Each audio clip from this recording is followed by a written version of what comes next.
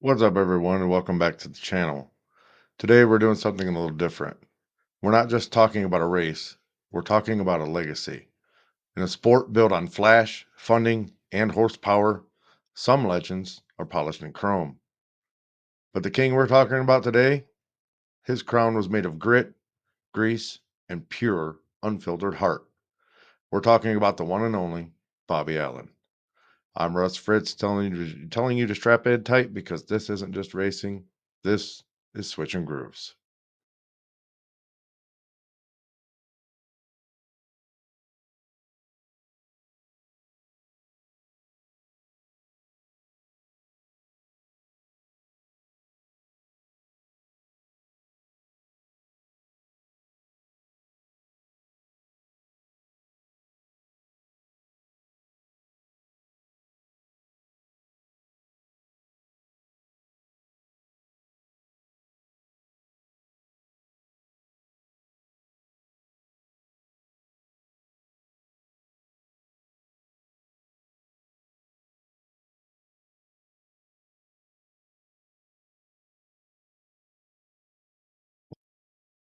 Racing world is a little quieter this week as we lost Bobby at the age of 81.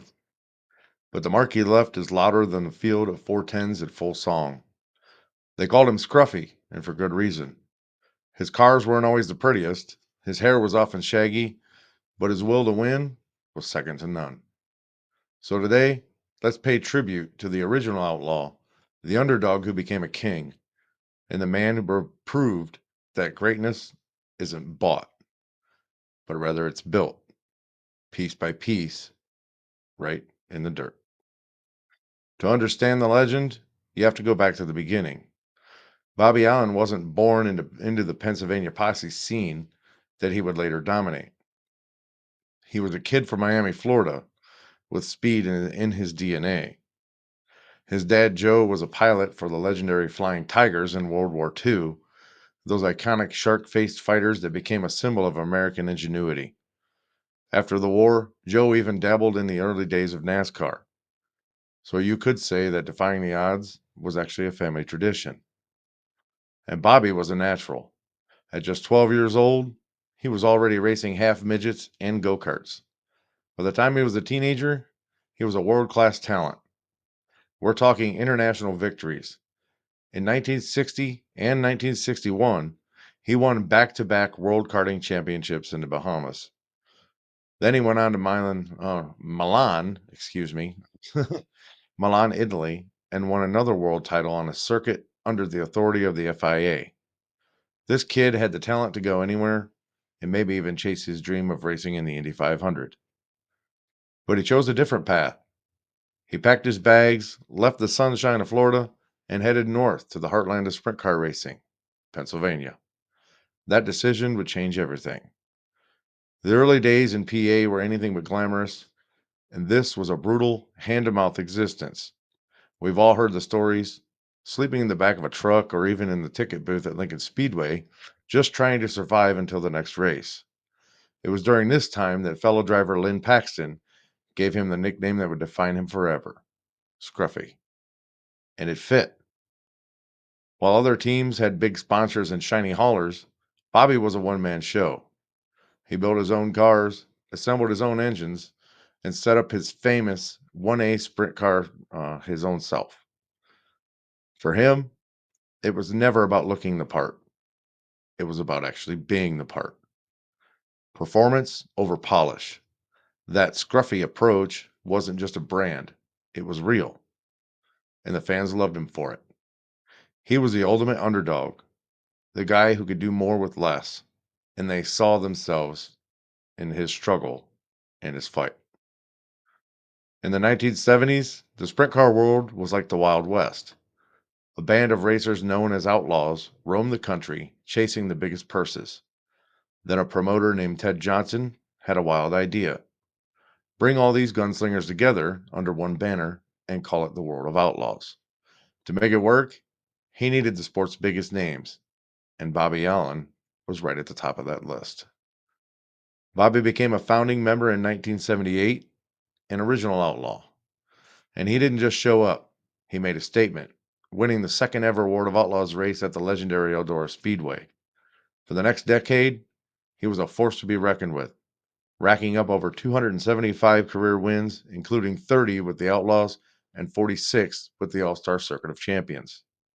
He conquered the National Open and won the All-Star Championship, and twice captured the Tuscarora 50. But there was one race, one moment, that would cement his legacy forever.